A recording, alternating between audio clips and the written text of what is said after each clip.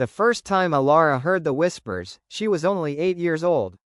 They came at dusk, when the golden sunlight faded behind the ancient oaks that ringed her village, and the wind carried a voice that seemed almost human.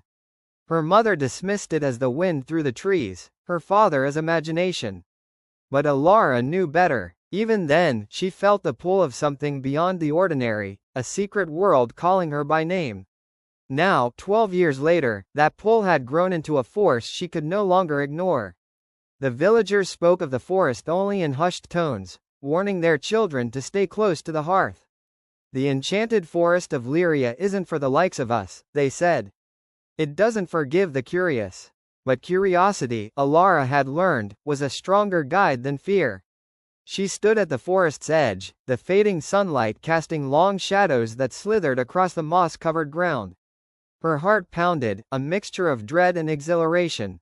The villagers had told stories of wandering souls, of travelers who entered the forest and never returned, but she wasn't a child afraid of stories. She was a girl determined to uncover the truth. The first step into Lyria was like crossing an invisible threshold. The air changed instantly, thicker, shimmering with an energy that made the hairs on her arms stand on end. Colors seemed sharper, more alive. The greens of the moss and leaves pulsed, and the sunlight filtered through the canopy in golden shafts, as if the forest itself was breathing. Elara's boots barely made a sound on the soft, spongy floor. The forest was alive with movement. Small creatures with glowing eyes darted through the underbrush, and flowers with petals like spun glass turned to watch her pass. She felt no fear, only awe. This was a world beyond imagination, yet it was undeniably real. A sudden rustle behind her made her spin. A fox, its fur silver like moonlight, stood on a fallen log, watching her with intelligent, almost human eyes. Before she could move, it vanished into the underbrush, leaving a faint trail of sparkling dust. Elara blinked. Magic wasn't supposed to be real. And yet, here it was. She pressed on, deeper into the forest, guided by the whispers she had heard since childhood. They weren't words, not exactly, but feelings, tiny nudges, warmth, a gentle tug toward the heart of the forest. Hours passed, though she had no sense of time. Somewhere overhead, birds sang in melodies she had never heard before, and the wind carried scents of wildflowers and rain-soaked earth. Then she saw it. A tree unlike any other. Its trunk was impossibly wide, gnarled and ancient, with silver bark that shimmered in the fading light. Its branches twisted high into the sky, and its leaves glowed faintly, as though lit from within. At the base of the tree lay a pool of water, perfectly still, reflecting the glowing leaves like a mirror. The whispers surged, urgent now. Elara knelt beside the pool, her fingers brushing the surface. The water was icy cold, but it didn't repel her. Instead, it pulled her closer. For a moment, the world around her vanished. She saw visions in the water. A shadow creeping across the forest floor, creatures with eyes that gleamed like fire, and a girl standing at the edge of darkness, staring into something she could not name. A voice rang out, clear, musical, and terrifyingly familiar. "Elara." She spun around, but the forest was empty. The voice came again, this time from the tree itself. "You have come, as foretold." Her heart raced. Foretold? By whom? And why her? The whispers intensified, swirling around her in a soft, almost tangible breeze. Shapes formed in the air, creatures woven of shadow and light, flitting between the trees. They were neither threatening nor friendly, simply watching. Elara realized with a jolt that they were waiting for her to act, to choose. A faint path appeared at the edge of the clearing, lined with mushrooms that glowed like lanterns.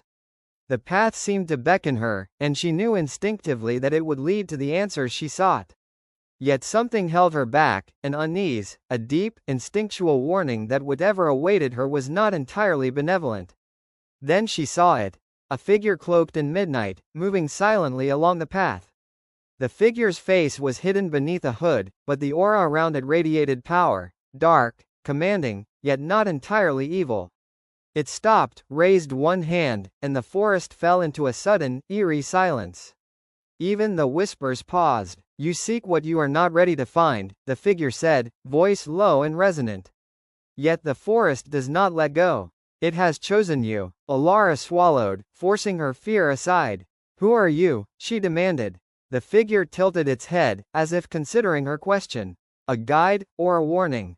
That depends on you. The tension in the air was suffocating. Alara's instincts screamed at her to run, but something deeper, a sense of destiny she had felt since childhood, kept her rooted. She knew that turning back was not an option. The figure extended a hand. Follow me, if you dare. But know this: Lyria is alive, and it remembers. Those who enter with hesitation do not leave the same. Elara took a deep breath, her fingers brushing against the figures. A jolt of energy shot through her, warm and terrifying at the same time. The forest around them seemed to shiver, as if aware of the bond being formed. Lead the way, she said, voice steady despite the tremor in her chest. The figure nodded, and together, they stepped onto the glowing path. The shadows of the trees stretched long and twisted, whispering secrets she could not yet understand. The pool behind her shimmered one last time, showing a vision of the village she had left behind, small and fragile, unaware of the world that awaited her. As they moved deeper into the forest, the whispers returned, louder, urgent, almost pleading. Elara realized that she was no longer a mere observer. She was a participant in a story older than her village, older than any living creature. Lyria was alive, and it had chosen her as its witness, or its pawn. And somewhere, in the heart of the forest, something waited. Something ancient, something that had not stirred in 1,000 years. The air grew colder, the shadows longer, and the forest seemed to hold its breath. Elara knew, with an instinct that chilled her blood, that the first test of her courage was only just beginning. The deeper Elara walked into Lyria, the more the forest seemed to breathe around her. The canopy above thickened, blotting out the remaining sunlight and replacing it with a luminescent twilight, where leaves glowed faintly and strange flowers opened in silent welcome or warning. The path beneath her feet pulsed softly, as if sensing each step, each heartbeat. Her guide moved silently, never looking back, yet she could feel its gaze on her. Every so often, the hooded figure would pause, allowing Elara to catch glimpses of the forest's most curious inhabitants. Tiny winged sprites with eyes like molten gold, enormous butterflies whose wings refracted the dim light into rainbows, and shadows that darted just beyond the edge of vision, never revealing their forms. You must learn to see Lyria as it is, the figure said at last, breaking the silence. Not as your eyes tell you, not as your heart wishes it to be. This forest will test you in ways the world outside cannot even imagine. Elara swallowed. Test me? How? The figure didn't answer immediately. Instead, it stopped beside a river that shimmered like liquid silver. The water was impossibly still, reflecting not only the forest but strange visions. Visions of herself, older, stronger, yet marked by shadows she could not yet comprehend. This river, the figure finally said, reveals truth. Not all truths are easy to bear. Those who look into it without courage, are consumed by what they see. Alara's fingers itched to touch the water, to see what secrets lay within. But a cold whisper brushed against her mind, warning her that the truth would demand more than curiosity. It would demand bravery and sacrifice. With trembling hands, she lowered her palm to the surface. The water rippled like silk, and instantly, a vision overtook her senses. She saw the village she had left behind, burning under a dark, unnatural sky. Her friends and family ran, screaming, while shadowy creatures, twisted, humanoid forms, marched through the streets. She reached out to them in the vision, but they faded, as if she were trapped behind glass. A sob rose in her throat. She tore her hand away. The figure's voice cut through the echoing terror. The vision is not a prophecy, it is a warning. Lyria is alive, yes, but so are the forces that wish to see it undone. And now, they know you are here. Elara's heart pounded. Who are they? Shadows of what once was, the figure said. Ancient creatures, banished long before your people walked this world. They wait for the unworthy, the curious, the foolish. They test loyalty, courage, and heart. Only those who endure may wield the forest's power. The river shifted, and a narrow bridge of light appeared, suspended over its shimmering surface. The guide gestured for her to cross. Alara's legs shook as she stepped onto the bridge. The light hummed beneath her feet, warm yet fragile. Every step felt like a leap into the unknown. Halfway across, the whispers returned, urgent, almost pleading, "Turn back. Do not cross. Danger lies ahead." But Elara did not turn. She had come too far to retreat now. The bridge ended at a clearing unlike any she had seen before. The air here was colder, tinged with a metallic scent. Mist curled around the roots of enormous blackened trees, their branches twisted like skeletal fingers. At the center of the clearing stood a stone pedestal, upon which rested a crystal glowing with a fierce blue light. Around the pedestal, shadows moved, writhing, shapeless, watching. "They are your first trial," the guide said softly. "The shadows of doubt. They feed on fear, hesitation, and regret. To take the crystal, you must face them, and yourself." Alara's stomach twisted, but she forced herself forward. The moment she stepped closer, the shadows surged, forming tall, humanoid figures with eyes of fire. They hissed, voices echoing in her mind, speaking in the language of every fear she had ever felt. "You are unworthy. You will fail. You are alone." Her knees buckled. Memories of past mistakes, of every time she had faltered or been afraid, rose unbidden. The whispers turned into screams. The shadows leaned closer, tendrils of darkness curling around her heart. But then she remembered the silver fox from the first night she had entered the forest, the whispers guiding her here, the warmth she felt in the path of light. Courage wasn't the absence of fear, she realized, it was moving forward despite it. Elara took a deep breath and closed her eyes. She remembered her village, her friends, and the promise she had made to herself to uncover Lyria's secrets. She imagined light pushing back the shadows, imagined her own heart as a shield. When she opened her eyes, the shadows recoiled, screeching, writhing, but unable to touch her. The crystal pulsed brighter, almost alive, and Elara felt its energy calling to her. She stepped forward, heart steady now, and placed her hands upon it.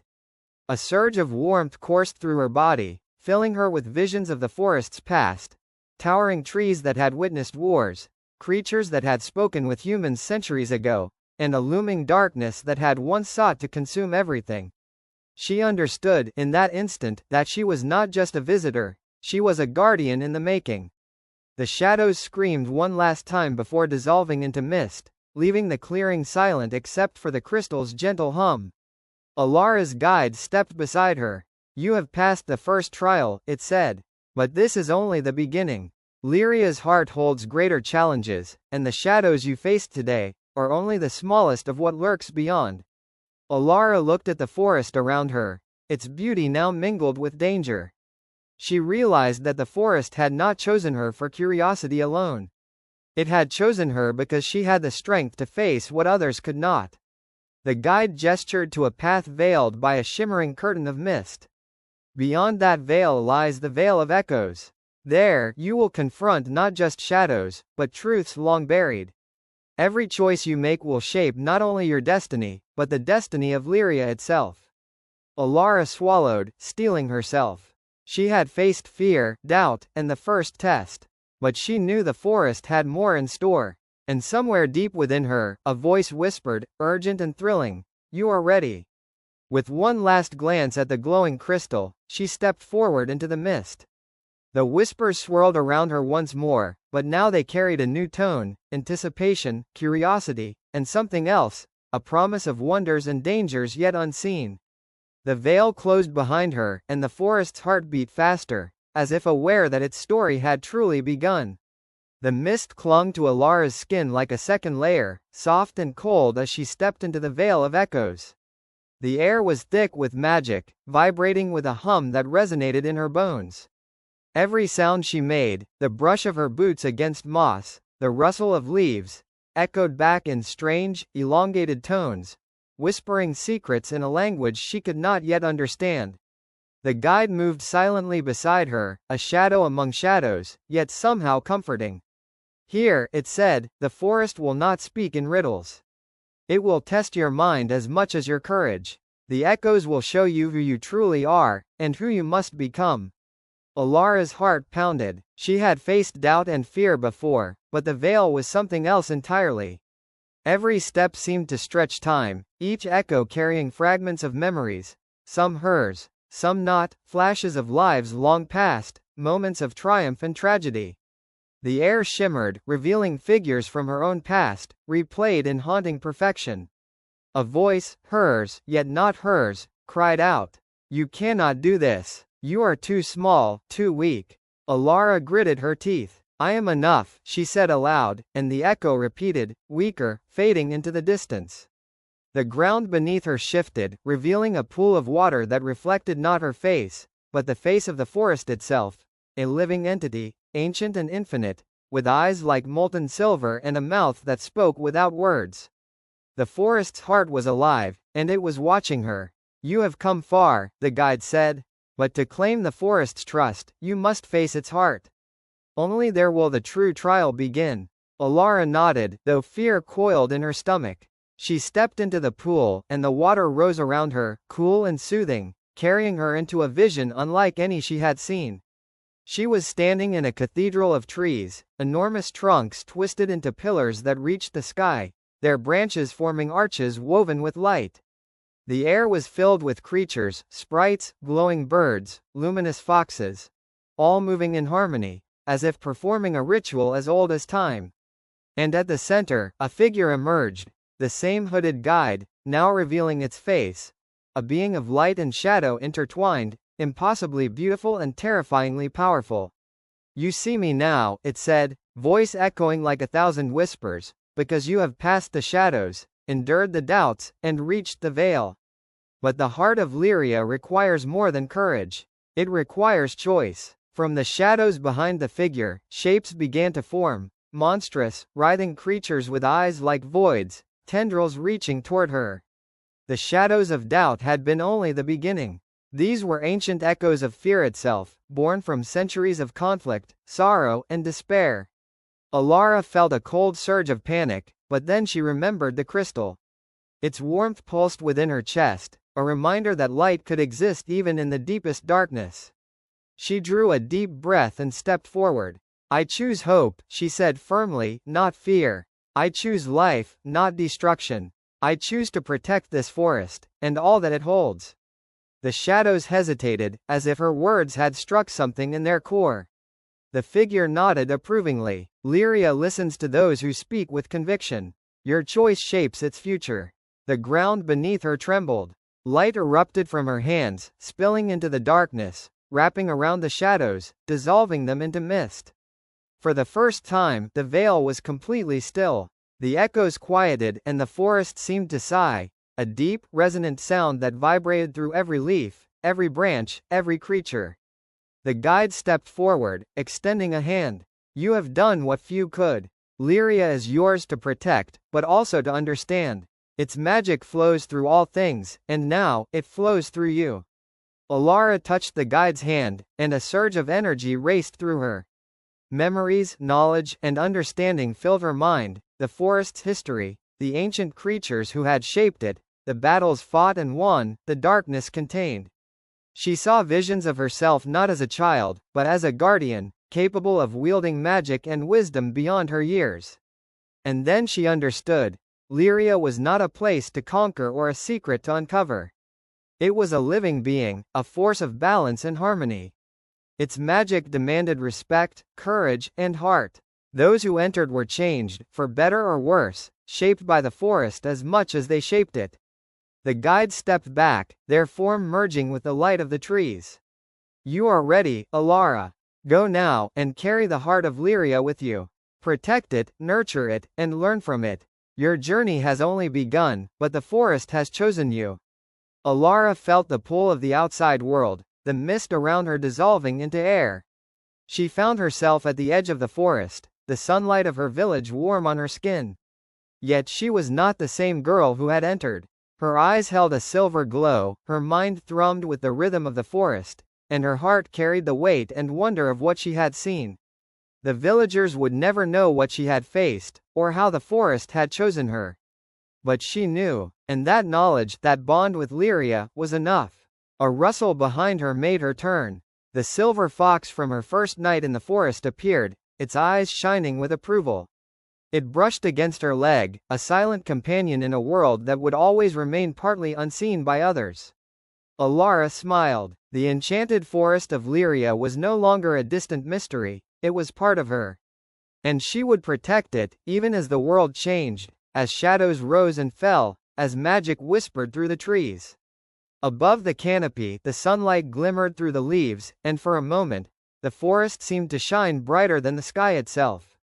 Elara knew the journey ahead would be full of challenges, that the heart of Lyria was vast and ancient, with secrets she had only begun to understand. But she also knew this: she was ready. The forest had chosen her, and she would not fail it.